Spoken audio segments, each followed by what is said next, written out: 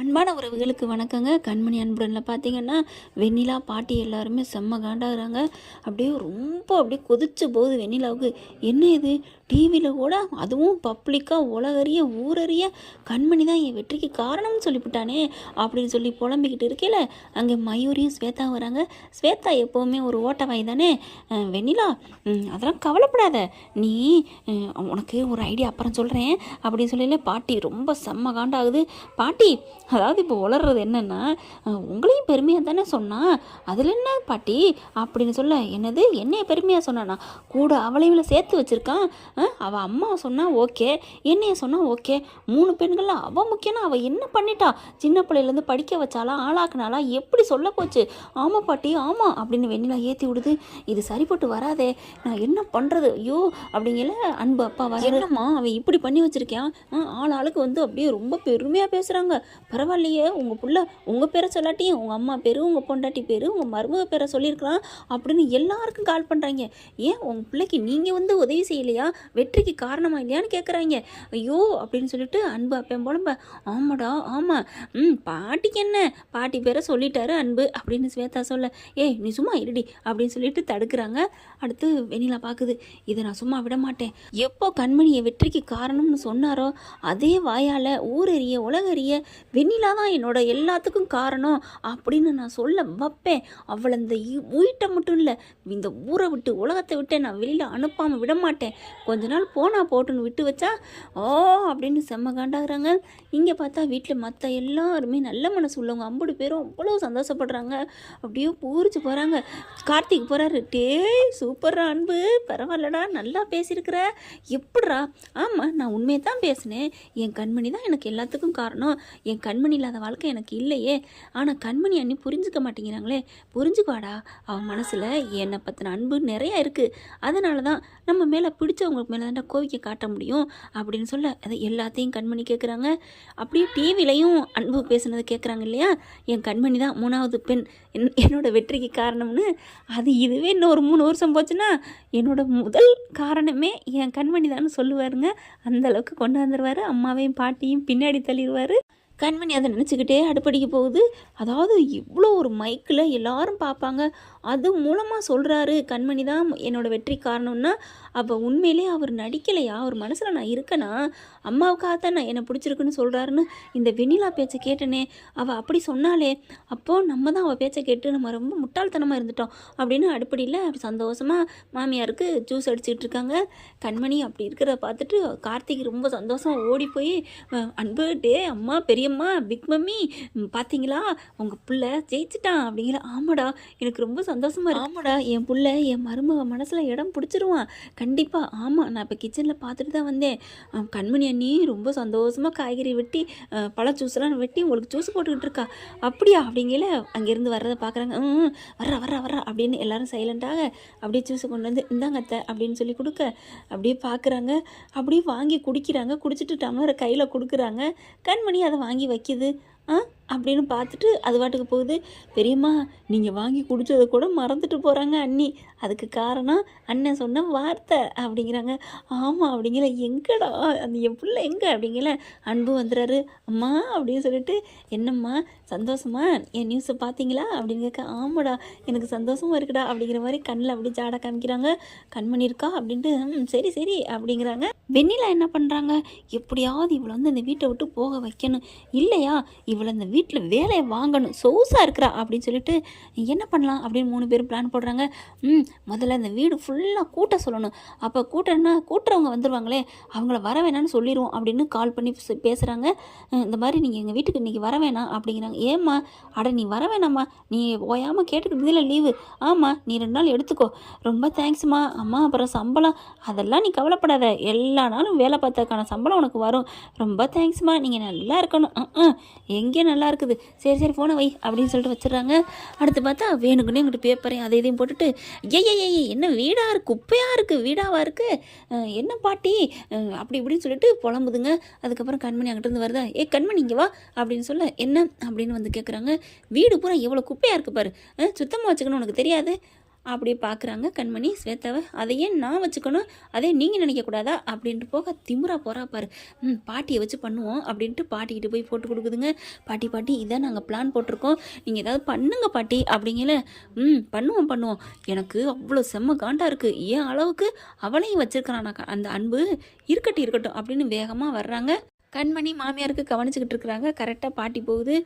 என்ன சிவகாமி நல்லா இருக்கியா அப்படின்னு பார்க்குது. என்ன கண்மணி நல்லா பார்த்துக்கிறியா என் மருமவளை? அதெல்லாம் நான் நல்லா தான் பார்த்துக்கிறேன் அப்படிங்கிறாங்க. ஐயா என்ன நல்லா பார்த்துருக்கேன், இங்கே பாரு வெறும் குப்பையாக கிடக்கு, இதெல்லாம் இப்படி இருந்தால் எப்படி என் மருமக நல்லா வருவா? சுத்தபத்தமாக வச்சுக்க மாட்டியா? நான் சுத்தபத்தமாக தான் வச்சுக்கிட்டு இருக்கேன், இப்போ என்னென்னு வந்துச்சுன்னே தெரியல, கூட்டுறவங்க வரல என்ன அப்படிங்கிறாங்க. வராட்டி என்ன, நீ எதுக்கு இருக்க, என் மருமகளுக்கு நல்லது பண்ணுறேன்னு வந்திருக்க, அப்போ இந்த வேலை மட்டும் பார்க்கக்கூடாது இருக்கா என்ன அப்படின்னு சொல்லி பார்க்குறாங்க. சரின்னு சொல்லிட்டு இங்கே பார் எல்லாத்தையும் கூட்டி முடி, அவள் வரலையாம், அவளுக்கு இன்றைக்கி லீவு போட்டிருக்கா, அதனால் எல்லாத்தையும் நீ கூட்டணும்னு மனசு இருந்து கூட்டினா கூட்டு, இல்லைன்னா நீ வீட்டை விட்டு காலி பண்ணி கிளம்பி போயிட்டே இரு அப்படின்னு சொல்லிட்டு ராஜேஸ்வரி பாட்டி போகுதா பார்க்குது. ஆஹா என்ன இவ இப்படி பண்ணுறாளே அப்படிங்கிற அத்தையை பார்க்க அத்தை அப்படி கண்ணை மூடி திறக்குது. அப்பப்போ சரி என்ன பண்ணுறது உங்களுக்காக அப்படின்னு சொல்லிட்டு கண்மணி என்ன பண்ணுது, தொடப்பத்தை எடுத்துகிட்டு வந்து கூட்டுதுங்க. அவங்க ரூம்பை கூட்டிகிட்டு இருக்கையில் என்ன பண்ணுது, ஐயே என் ரூம் ரொம்ப குப்பையாக இருக்குது, என் ரூம்பை ஃபஸ்ட்டு கூப்பிட்டு அப்படிங்கிற. சரி பாட்டி வயசானவங்களே அப்படின்னு போய் கூட்டுறாங்க. அப்படியே இங்கே வர்றா ஓ ரூமை கூட்ட சொல்கிறா. அம்மா அவளாம் வேணாம்மா கூட்ட வேணாமாட்டே சும்மா போட அப்படின்னு 2-3 பேப்பரை கிழிச்சு போடுறா அப்படின்னு சொல்லிட்டு வேணுக்குனே போடுறாங்க. அதுக்கப்புறம் போய் கண்மணி அவங்க ரூமை கூட்ட, அடுத்து பார்த்தா வெண்ணிலா ஏய் எல்லா ரூமையும் கூட்டுறி, ஹாலை கூட்டுறி அப்படின்னு அப்படி பயங்கரமாக கட்டளை போடுறாங்க. உடனே கண்மணி வந்துட்டு இங்கே பாரு ஓ ரூம்லாம் கூட்டணும் அவசியம் இல்லை, எல்லாத்தையும் நீங்கள் கூட்டினா கூட்டிக்கங்க, வயசானவங்கன்னு பாட்டியை கூட்டினேன் மாமாவை கூட்டினேன் அவ்வளோதான், நான் போய் என் அத்தை ரூமை கூட்டணும், அதுவே பாவம் அவங்க ரூமு தான் ரொம்ப நாஸ்தியாக போய் கிடக்கு அப்படின்னு சொல்லிட்டு போயிட்டு கூட்டிகிட்டு இருக்காங்க. எல்லாத்தையும் அப்படியே ஒட்டடையெல்லாம் அடிக்கிறாங்க. ரொம்ப கொஞ்சம் இதாக தான் கிடக்குது. கூட்டிகிட்டு கீழே ஸ்லாப்பெல்லாம் சுத்தம் பண்ணிகிட்டு இருக்காங்க. பார்த்தா பீரோவில் வந்து கீழே விழுந்து கிடக்குதுங்க திறந்த வாக்கில். அது என்னன்னு பார்த்தா டைரி கிடக்கு. டைரி யார்கிட்ட டைரி அப்படின்னு எடுத்து பார்க்குறாங்க. கூட்டி எடுத்து பார்க்குறாங்க. கூட்டி முடிச்சுட்டு அப்புறமா படிப்போம் அப்படின்னுட்டு கூட்டி முடிச்சுட்டு எல்லா வேலையும் முடிச்சுட்டு கதை சாத்திட்டு படுக்கிறாங்க. டைரி எடுத்து படித்து பார்க்குறாங்க. அன்போட டைரி அப்படின்ட்டு ஒன்றா படிக்க ஆரம்பிக்கிறாங்க. அப்படியே எல்லாத்தையும் படிக்க அவங்க அப்படியே ஷாக் ஆகுறாங்க. எல்லாமே கண்மணி அதிகமாக கண்மணியை பற்றி தாங்க எழுதியிருக்கிறாரு. கண்மணியை பார்த்தது, பேசுனது, பழகுனது, அவங்க கூட வாழ்ந்தது, எந்தெந்த நேரத்தில் கண்மணி என்னென்ன பண்ணது, எல்லா பெண்களை விட என் கண்மணிக்குன்னு ஒரு தனி ஒரு அன்பு இருக்குது, அந்த மனசில் ஒரு பாசம் ஆசை எல்லாமே இருக்குது. அவள் மனசு மாதிரி நான் இது வரைக்கும் பார்த்த பொண்ணுங்களே நான் எவ்வளோ அம்மா பாட்டின்னு எத்தனை பேரோட இருக்கிறேன், ஆனால் கண்மணியோட நல்ல மனசு நான் யாருக்கிட்டே இவ்வளோவா கண்டதில்லை, அப்படியே ஒரு பூ போனது அப்படி இப்படின்னு சொல்லிட்டு கண்மணியை பற்றி விரிவாக அவ்வளோ அழகாக போட்டிருக்காரு. அப்படி தான் இருக்குதுங்க. அதை பார்க்க படிக்க அவங்களுக்கே புள்ள இருக்குது. என்ன இது எம்எல்ஏ இவ்வளோ பாசமாக இருக்காரா, அப்போ நம்ம தான் தப்பாக புரிஞ்சுக்கிட்டோமா அப்படின்னு சொல்லிட்டு கதை திறந்துட்டு வருதுங்க. என்ன இவளை காணமே அப்படின்ட்டு டைரி ஃபுல்லாக படிச்சுட்டு என்ன இது டைரி படிச்சுட்டு இருக்கா அப்படின்னு வெண்ணிலா வந்து என்ன படிச்சுட்டு இருக்க அப்படிங்கல. உனக்கு என்ன, நான் பாட்டுக்கு எதை படிக்கிறேன் அப்படின்னு கேட்க, நீ என்னடி படிச்சுட்டு இருக்க, இது என் தம்பியோட டைரி அப்படின்னு டைரியை வேகமாக பறிக்கிறாங்க. அப்படியே முறைக்கிறாங்க கண்மணி. இதே எதுக்கு இவ எடுத்தா, இந்த டைரி எப்படி கிடச்சிச்சு, இது எப்படி கிடச்சிச்சு அப்படிங்கல. உங்களுக்கெல்லாம் தேவையில்லை நான் பதில் சொல்லணும்னு அப்படிங்கல. நீங்கள் மயூர் இருந்துட்டீங்க பார், ஏன் தம்பி டைரி நீ எடுத்து படிச்சிருக்க, இதெல்லாம் உனக்கு அசிங்கமாக தெரியல அப்படிங்கல. கூட்டையில் கடந்துச்சு எடுத்தேன் அவ்வளோதான். கூட்டையில் கடந்துச்சா அப்படி என்னென்ன எழுதியிருக்கான்னு தெரியலையே அப்படின்னு பார்க்க உள்ளுக்க பார்க்கல செம்ம காண்டாகுது. ஐயோ என்ன இவ்வளவு வர்ணிச்சு எழுதியிருக்கிறான், அப்போ இது பூரா படிச்சிருப்பாளா, இது பூரா நீ படிச்சியாடி நீ அப்படின்னு கேட்க, எழுத படிக்க தெரிஞ்சவங்க படிக்க தான் செய்வாங்க, நான் படித்தேன்னா இப்போ என்ன, மூஞ்சியில் காதல் தெரியுதா இல்லை கோவம் தெரியுதா, காதல் தெரியலை கோவமாக தான் இருக்கிறா, அப்போ என் தம்பி மேலே காதல் வரல, இங்கே பாரு ஏதாவது பார்த்தினா எடுத்தினா எங்ககிட்ட கொடுக்கணும், நீ பாட்டுக்கு எடுத்து யூஸ் பண்ணிட்டு தான் என்ன அர்த்தம் அப்படிங்கல. நான் இப்போ என்ன பண்ணுறேன்னு ஏன் இப்படி பரபரப்பாக இருக்கீங்க அப்படின்னு சொல்லிட்டு கரெக்டாக அன்பு வராரா அவளுக்குள்ள. அப்போதைக்கு உன் டைரி என்னடா இங்கே கிடக்குது அப்படிங்கிறாங்க. ஐயோ நான் அம்மா கிட்ட உட்காந்து எழுதிக்கிட்டு இருந்தேன், அதோட மறந்த வாக்கில் வச்சுட்டு போயிட்டேன் போல இருக்கே, நான் காணோம் நான் இங்கே தேடிட்டே இருந்தேன், ரொம்ப தேங்க்ஸ்க்கா என் டைரி எடுத்து கொடுத்ததுக்கு அப்படின்னு சொல்ல. உனக்கு நான் தான் எடுத்து கொடுத்துருக்கேன் அப்படின்னு சொல்ல. ஸ்வேதா இருந்து ஓட்டவையா, நீ எங்கக்கா எடுத்து கொடுத்தீங்க, நீ கண்மணி தானே எடுத்து கொடுத்தா அப்படின்னு போட்டு கொடுக்க. ஐயோ! உன்னை இப்ப கேட்டாங்களா? அப்படின்னு சொல்ல, என்னது கண்மணி எடுத்தாளா? அப்படின்ட்டு பார்க்குறாங்க. கண்மணி அப்படி பார்க்குறாங்களா? ஆமா, நான் தான் எடுத்தேன். நான் தான் பார்த்தேன். நான் தான் படிச்சேன். இப்ப என்ன? அப்படின்னு சொல்ல, அன்பு பார்க்குறாரு. கண்மணி நீ அதெல்லாம் படிச்சியா? அப்படின்னு கேட்க, ஆமா படிச்சேன் அப்படிங்கிறாங்க. கண்மணி நீ அதை படிச்சில்ல அப்படின்னு சொல்லிட்டு தனியா அங்கிட்டு வந்துடுறாரு. வந்துட்டு கைய பிடிக்கிறாரு. கண்மணி ஒண்ணும் சொல்லாம இருக்கிறாங்க. நான் என்னோட அன்பு, என் மனசு எல்லாமே அதில் நான் கொட்டி வச்சிருந்தேன். நீ படிச்சியா கண்மணி?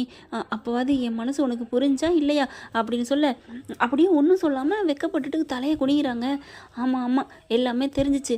இதுங்க 3 பேரும் என்னடி 2 பேரும் லவ் சீன் மாதிரி போடிக்கிட்டு இருக்குது அப்படிங்கிற. ஆமாம்ல, ஐயோ அப்படின்னு வெண்ணிலா பார்க்க, அப்படியே அன்பு பார்க்குறாரு. கண்மணி இப்பாவது என்னை புரிஞ்சுக்கிட்டியா? என்னை விட்டு போயிட மாட்டில்ல அப்படின்னு சொல்ல, நான் போகிறேனோ போகலையோ அது எனக்கு தெரியலை. ஆனால் நீங்கள் என்னை பற்றி நீங்கள் இவ்வளோ உயர்வாகவும் உங்கள் மனசு முழுக்க நான் தான் இருக்கேங்கிறது எனக்கு தெரிஞ்சிருச்சு. எனக்கு அப்படிங்கிற. சொல்லு என் மேலே காதல் வருதா அப்படின்னு கேட்க, அது சொல்ல முடியல, எப்படி சொல்கிறேன்னு தெரியல, கொஞ்சம் பொறுங்க அப்படின்னு சொல்லிட்டு வெக்கப்பட்டுட்டு அங்கிட்டு போயிடுறாங்களா. ஐயோ என் பொண்டாட்டி வெக்கப்படுறாளே, எப்படி இதை எடுத்தா? அப்போது ஐயோ அவன் மனசில் காதல் வந்துடுச்சு அப்படின்னு அந்த டைரியை நெஞ்சோட கட்டிக்கிட்டு அன்பு அந்த பக்கம் போயிடுறாரு. இதுங்க 3 ஐயோ போச்சு. இந்த கூட்ட சொன்னது யார்? இந்த கூட்டுற ஐடியா கொடுத்தது யார்? அப்படிங்கல. வெண்ணிலா அப்படியே முழிக்குது திருன்னு. இதோ இந்த வெண்ணிலா தான். அவளை கூட்ட வச்சு முதுகு வலிக்க வச்சு ஊட்ட விட்டு ஓட வைக்கலான்னு நினச்சோம். ஏண்டி நீ பண்ணுற பிளானில் பூரா அவன் கோல் அடிச்சுட்டு போயிடுறான். அவங்க 2 பேரும் நல்லாவே இருக்காளே, இப்போ என்ன பண்ணுறது? ஐயோ தெரியாமல் கூட்ட வச்சு இந்த டைரி எடுத்து படித்து இப்போ அவள் வெக்கப்படுறான், அவன் சிரிக்கிறான். இப்படி நாளில் போக போக 2 பேரும் ஒன்று சேர்ந்துருவாங்களா? கூடவே கூடாது. இவ சிரித்து வெக்கப்படுற வாயால் கண்ணால் என்னை நாங்கள் 2 பேரும் கட்டி பிடிச்சிட்டு இருக்கிறத பார்த்து வேணான்னு சொல்ல வைக்கணும் அப்படின்னு வெண்ணிலா சொல்ல, நீ ஏதாவது பண்ண போகிற? அந்த கட்டி பிடிக்கிறதும் கூட கண்மணி தான் கட்டி பிடிச்சாலும் பிடிப்பா, நீ எங்கிட்ட கலண்டர் டயர் மாதிரி தான் போகிற அக்கா அப்படின்னு சொல்லிட்டு ஸ்வேதாவை பிடிச்சி வெண்ணிலா அதட்டுறாங்க. நீ என்ன அதட்டினாலும் அதுதானே நடக்க போகுது. என்ன ஃப்ரெண்ட் சொல்கிறது சரியா தப்பா அப்படின்னு கமெண்ட்ஸில் சொல்லிடுங்க. இப்படி போனால் நல்லா தான் இருக்கும். தேங்க்யூ. இந்த வீடியோ உங்களுக்கு பிடிச்சிருந்தா தயவு செய்து லைக் பண்ணுங்க. இன்னும் அப்டேட்ஸ்க்காக சேனலை சப்ஸ்கிரைப் பண்ண மறக்காதீங்க. நம்ம கிட்ட இருக்க எல்லா சேனல்ஸோட லேட்டஸ்ட் வீடியோ அப்டேட்ஸ்க்காக மேல ரைட் சைடுல காட்டுற லிங்கை கிளிக் பண்ணி வாட்ஸ்அப் குரூப்ல ஜாயின் பண்ணுங்க. உங்களிடம் விடைபெறுவது நான் உங்கள் மெஹர்.